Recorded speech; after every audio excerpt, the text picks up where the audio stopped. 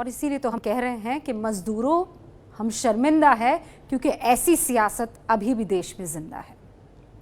Corona के संक्रमण के मामले में भारत चीन के बराबर पहुंचने वाला है। आपको मालूम है, देश में हर रोज 1 लाख से ज्यादा टेस्ट हो रहे हैं और 3500 से ज्यादा सैंपल्स पॉजिटिव आ रहे हैं।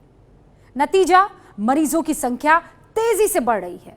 चीन ने 23 जनवरी को लॉकडाउन लगाया था, 8 अप्रैल को हटा दिया। 77 दिनों के इस लॉकडाउन के बाद चीन ये दावा कर रहा है कि उसने कोरोना को कंट्रोल कर लिया है। चीन में लॉकडाउन के तीसरे हफ्ते में ही सकारात्मक नतीजे दिखने भी लगे, लेकिन भारत में 51 दिन के बाद भी संक्रमण की रफ्तार कम नहीं हो रही है। आज जब चीन और भारत में मरीजों की संख्या बराबरी पर पहुंच चुकी है, तो आंकड़ों के आधार पर एक तुलनात्मक रिपोर्ट हमने आपके लिए तैयार की है।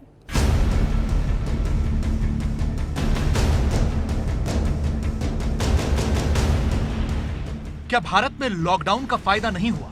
यह सवाल इसलिए क्योंकि हर बीतते दिन के साथ देश में कोरोना संक्रमण की रफ्तार तेज हो रही है।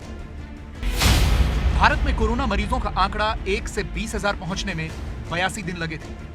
नंबर 20 से 40 पहुंचने में 12 दिन लगे। इसके बाद तो रफ्तार बहुत ज्यादा तेज हो गई। 40 से 60,000 होने में सिर्फ 6 दिन लगे और महज 5 दिनों में ही आंकड़ा 60 से बढ़कर 80,000 पार कर गया। सिर्फ 5 दिनों में 20,000 केस आने की वजह है पिछले 9 दिनों से भारत में हर रोज 3,500 से ज्यादा पॉजिटिव केस।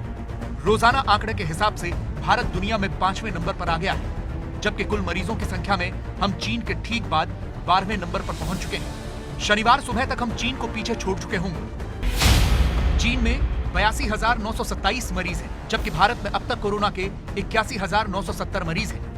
अगर 81,000 मरीजों के आधार पर हम चीन और भारत की तुलना करें तो तस्वीर निराश करने वाली है, क्योंकि चीन में 176 दिनों में 81,000 मरीज हुए, जबकि भारत में 106 दिनों में ही आंकड़ा 81,000 के पार हो गया। नंबर बढ़ने के लिए अब सरकार की दलील यह है कि देश में टेस्टिंग की संख्या बढ़ चुकी है। पिछले 2 दिनों में हम 1 लाख टेस्ट प्रतिदिन करने की जो हमारी कैपेसिटी, जिसको हम 31 मई तक बिल्ड करना चाहते थे, वो हम ऑलरेडी बिल्ड कर चुके हैं। अभी हम एक दिन में 1 लाख टेस्ट जो है रोज कर सकते हैं। चीन के मुकाबले भारत में तेजी से जो आंकड़ा बढ़ रहा है, उसके पीछे की एक वजह यह भी है कि जहां चीन ने हुबई प्रांत से बाहर कोरोना को बढ़ने नहीं दिया, वहीं भारत के 27 राज्यों और केंद्र शासित प्रदेशों में आज कोरोना के मरीज हैं। फिर सवाल वही है कि क्या लॉकडाउन के बाद भी हम कोरोना को कंट्रोल करने में पिछड़ गए? चीन की तुलना में आंकड़े इस बात को साबित करते हैं। चीन में लॉकडाउन के 21 दिनों के बाद मरीजों की तादाद में कमी दिखने लगी थी, लेकिन भारत में आज 51 दिनों के बाद भी संक्रमण की रफ्तार सबसे तेज है। यह बात और है कि सरकार अपने काम से संतुष्ट है। हमारा सब प्रकार से हम दुनिया में अन्य देशों की अपेक्षा बेहतर है वो क्रिएट या किसी प्रकार का पैनिक होने की जरूरत नहीं है। वो डरे नहीं, घबराए नहीं, ये सबसे बड़ी बात है। और इसको बुलंद हौसले के साथ इसके साथ संघर्ष करें। लड़ाई में हम जीतेंगे। कोविड आया राम गया राम, ये आया है जाएगा, इसको जाना है। मरीजों की तादाद के मामले में हम चीन के बिल्कुल करीब हैं, तब भी एक आंकड़ा भारतवासियों को सुकून देने वाला है। मरीजों की संख्या करीब करीब बराबर होने के बावजूद चीन में 4,633 लोगों की मौत हो चुकी है, जबकि भारत में यह आंकड़ा 2,649 है।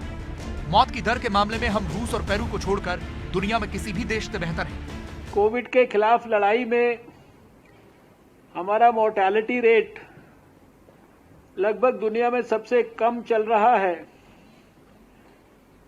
तो आज के दिन भी वो 3.2% के करीब है। बहुत सारे स्टेट्स में तो इससे भी बहुत कम है।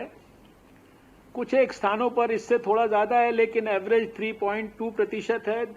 दुनिया का आप जानते हैं कि 7 और 7.5% के बीच में ग्लोबल फैटेलिटी रेट है। लेकिन खतरा अभी बाकी है।